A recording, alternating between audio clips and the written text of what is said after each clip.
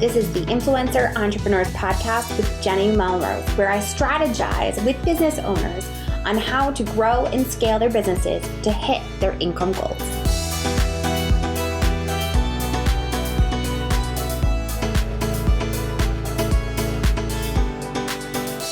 This is episode 229 of the Influencer Entrepreneurs Podcast with Jenny Melrose.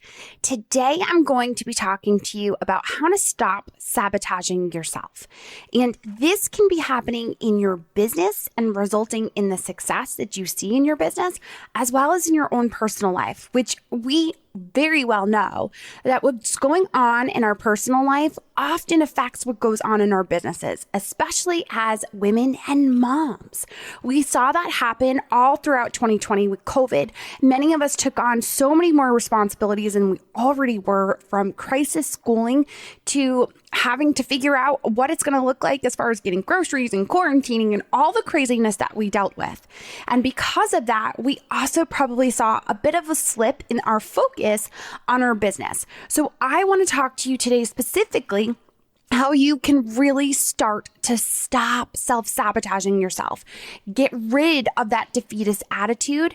And for the number one thing I can think of, and which I have heard people say, clients, family members, the common quote that I hear them saying is, "It is what it is." And here's what I need you to understand. It is not what it is. So before we really start to dive into this, I want to make sure that you grab my revenue planning guide. We're going to link to that in the show notes. But if you click over, just send me a DM on Instagram at Jenny_Melrose. Let me know that you want that revenue planning guide, because that guide is going to help you set your goals, which you are going to hear is one of the most important things that you can do when it comes to not sabotaging yourself.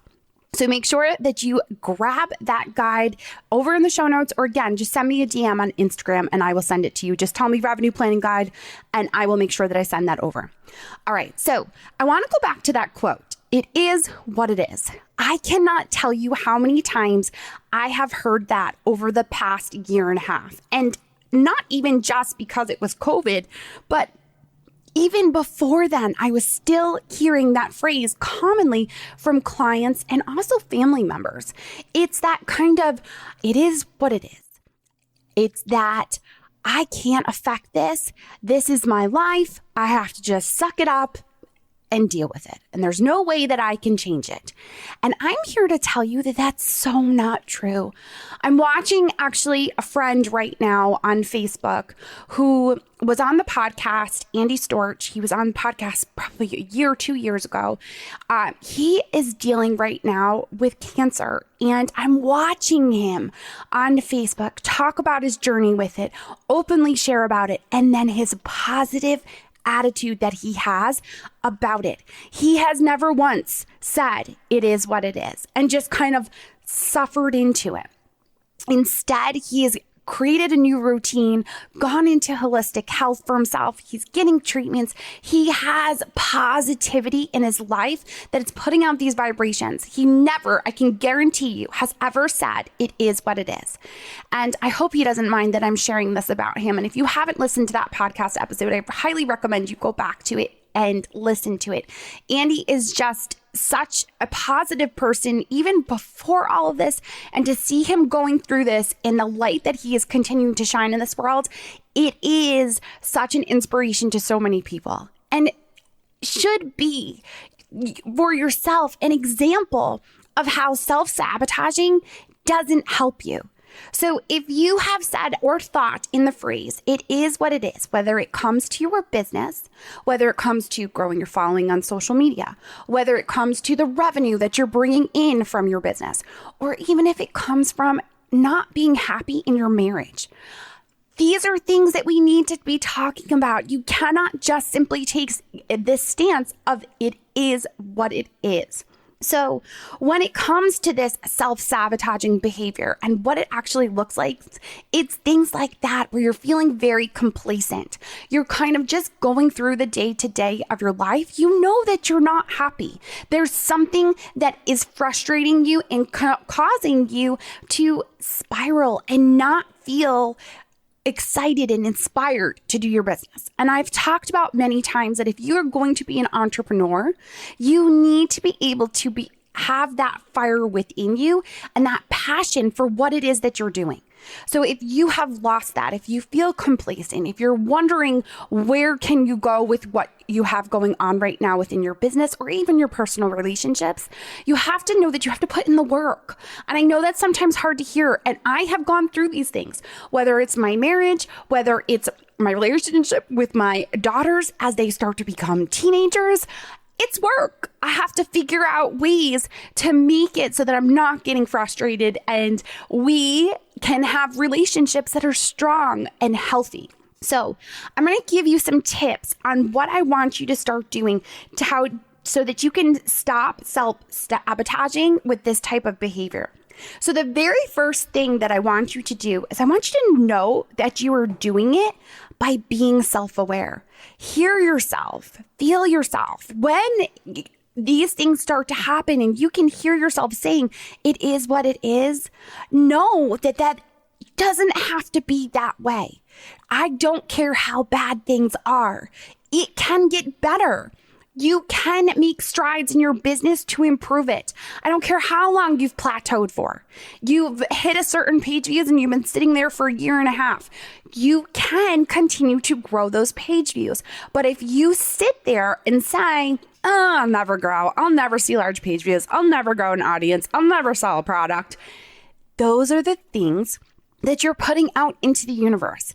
And I know this is a little woo-woo for people, but you have to understand that it's not just about putting it out into the universe, but it's about how you feel about your business. When you're excited and positive about your business, you want to jump in and hit the ground running and you want to try new things and you want to learn new things and you're inspired.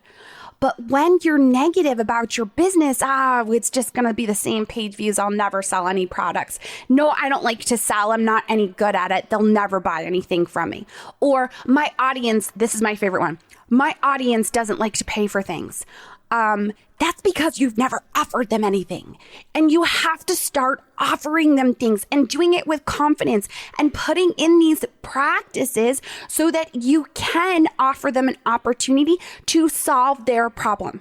That is what I need you to keep in mind, is that when you are solving a problem for your audience, this is not an issue. It's a non-issue. It's a non-starter. I don't hear from clients, oh, they're not willing to buy my products. They're cheap.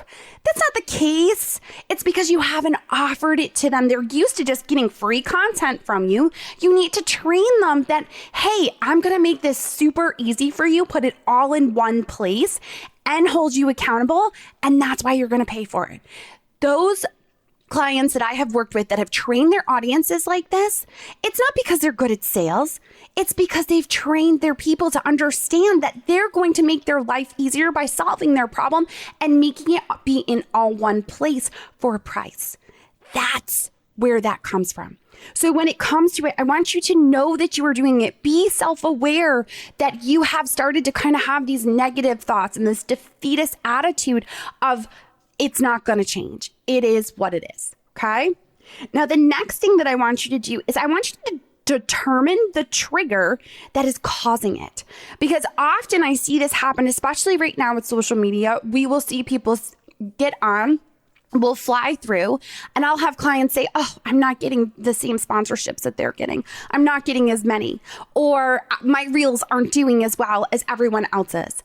And we start again, that self-sabotaging, that negative self-talk of, I'm not any good at this. Why am I wasting my time to do this? When you do that, it's a trigger for you. It sends you down that spiral. And I watch many people that when they start to get into that defeatist attitude, it brings down everything. Their productivity in particular will take a huge hit. So you really want to think about, when I am looking at Instagram and social media and seeing what other people are doing, that if it is triggering you To start this self-sabotaging behavior, I need you to know that and to be self-aware again so that you can decide how you're going to move forward. Because the next number 3 of these steps is to take time to determine how you can change your behavior and your attitude. So if you are noticing that you are going to Instagram, you're seeing someone else's reels, and you're getting frustrated because you see that their reels are doing well and yours haven't been doing so well, and it's an automatic trigger for you, well, don't go and look at their reels. Maybe they're able to step into their background of theater and they like to dance and they like to do the things, but that's not your introverted personality. It's not to say that you can't figure out reels for your personality, but what it is to say is that that person's growth isn't something that you can put into your business because that's not authentic to your brand and who you are. So stop comparing yourself to that person. Block them, delete them, don't follow them so that you're not seeing and getting triggered. I cannot tell you, I have plenty of people that I have blocked because I know that they trigger me. Whether it is about, most of the times it's about being a good mom, because I watch these accounts and their lives are perfect. Their houses are perfect. Their kids are perfect. And they have an amazing relationship with their husband. When in reality, that's not the case. And it bothers me because I know them in person and know that that's not true. So don't be fake. And it triggers me. So therefore, I block them. I don't allow that into my space because I know that it's going to trigger me and get me frustrated and send me down this kind of spiral that it can often happen. Okay. So once you've determined how you can change your attitude, I want you then to positively start speaking to yourself. You need to tell yourself that you can do this. Not, oh crap, I can't. Theirs is so much better than mine. There's no way I can do this. You need to tell yourself, hey, their reels are different than yours. You don't have that personality. Find a personality, step into your personality and the things that you teach and create content that works for you and your audience. Talk positively to yourself, telling yourself, letting yourself know that you can do this. You've got this. You've learned how to do this all by yourself. You didn't go to school for this. I think what we often do is when we're looking at other people, we don't think about all the growth that we have made. This is why it's so important. We're going to talk about really setting goals. And it's the reason that I wanted you to make sure that you grabbed my revenue planning guide, because it's so important for you to set goals so that you can look back. And when you are starting to go down this kind of rabbit hole of spiraling and not feeling good about yourself and your business, you can look back and see, holy crap, I only had 500 followers a year ago, and now I'm sitting at 5,000. Or I only made $15,000 last year, and this year I've made 50. You need to be able to have that comparison, because that's the thing that I hear a lot of clients say to me is they'll say, oh, my page views, my page views, my page views. Yeah, my real question isn't about page views. My question for them is, show me the money.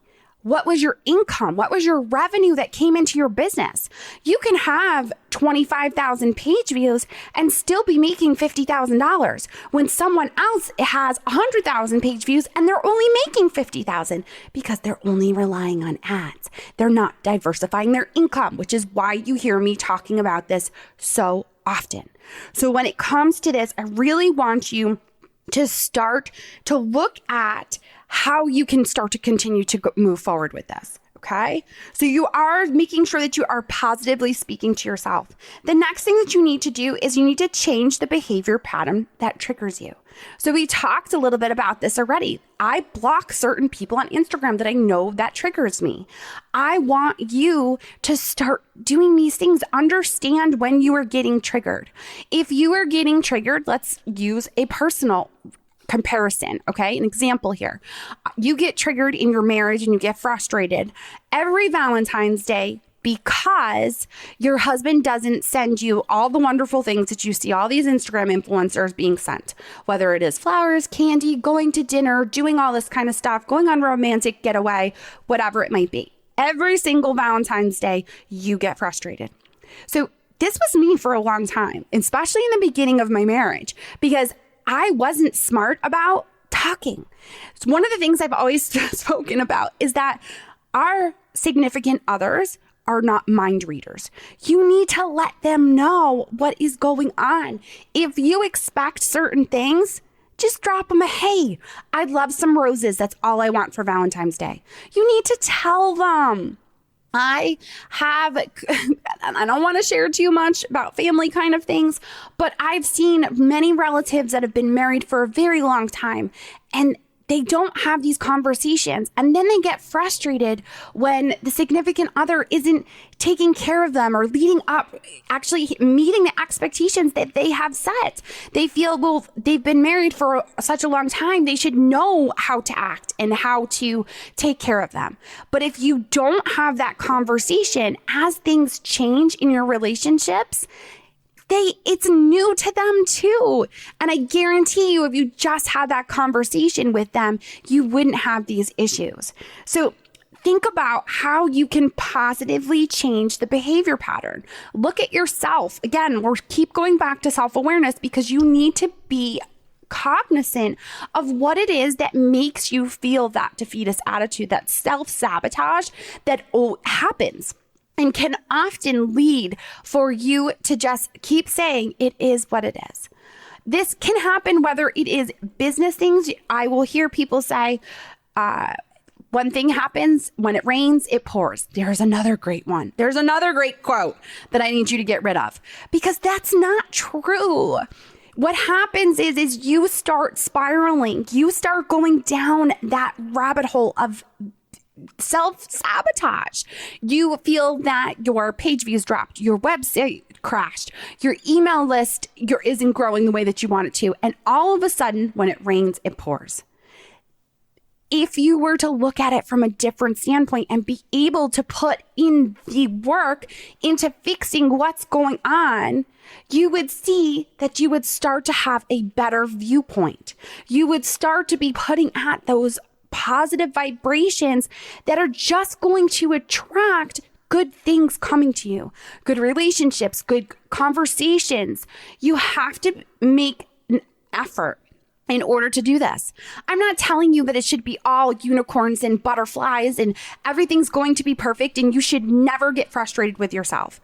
Oh, heck no. I am not going to tell you that. But what I am telling you is that if you are going to fail, you have to fail forward. And you need to figure out what it was that made you fail. What were the actions that you take? And then you need to change your behavior. That's why we're talking about this. You can't keep doing the same thing over and over and over again. For example, telling me that you have an audience that doesn't purchase and then keep offering them free content and never offering them a product.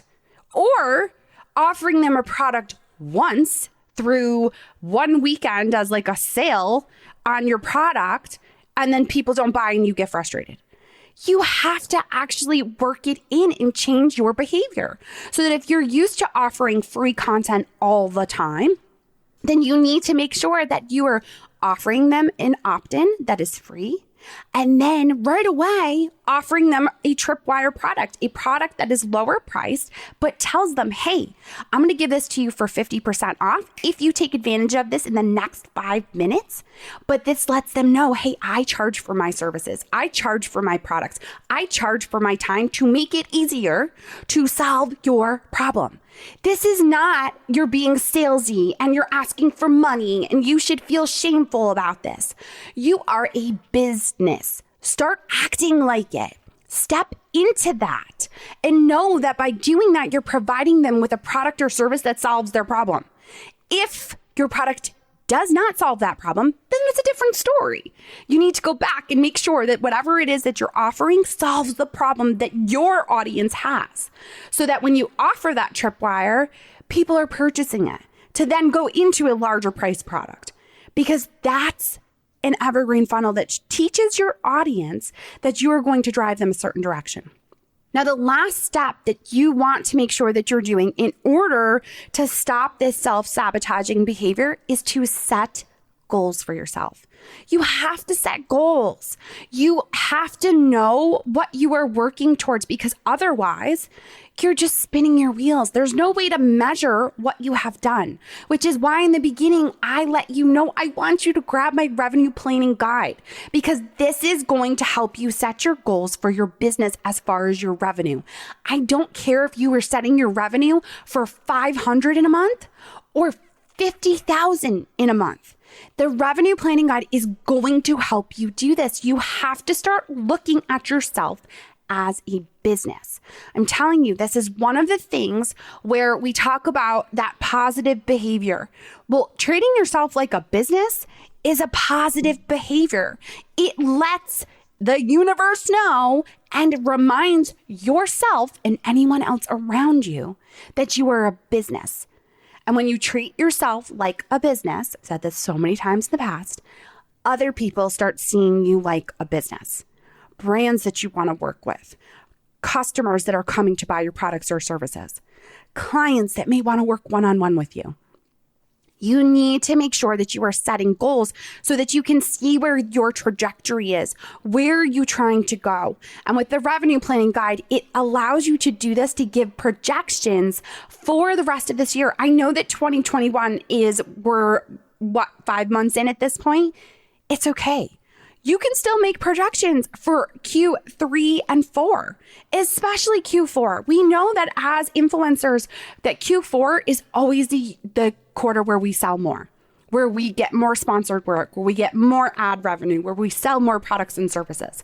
So make sure that you download that revenue planning guide. Again, you can go over to the show notes. I will make sure that it is linked there. Or again, you can just send me a DM on Instagram at Jenny_Melrose. Let me know that you want that revenue planning guide, and I will make sure to send that. The last thing that I want to leave you with is I want you to cognizantly make the decision to not use the phrase, "it is what it is," and "when it rains, it pours." Because when you are doing that, you are sitting into it. You are seething with letting yourself just be unhappy, and you do not have to do that. You have the ability to change the trajectory of your own attitude, which will then affect the attitudes of those around you, as well as your business and personal relationships. I know that I kind of got up on my soapbox with this. This is just so important to me. I hear it from clients all the time. I have friends and family that I hear this from, and it's a tough conversation to have one-on-one. It's much easier for me to say and blast this out on the podcast and say, you need to do this. Listen. But send me a DM, ask me a question. If you're struggling with this, you feel like, Jenny, you are so off on this. I don't know how I could possibly do this. Ask me. I don't care if it's a personal relationship like we talked about with your significant other, your kids, your business. Ask me the question, send it on Instagram at Jenny_Melrose. As always, I appreciate you guys so much when you leave a rating or review of the podcast. You can do this on whatever podcasting app you are listening to when you listen in on the episodes.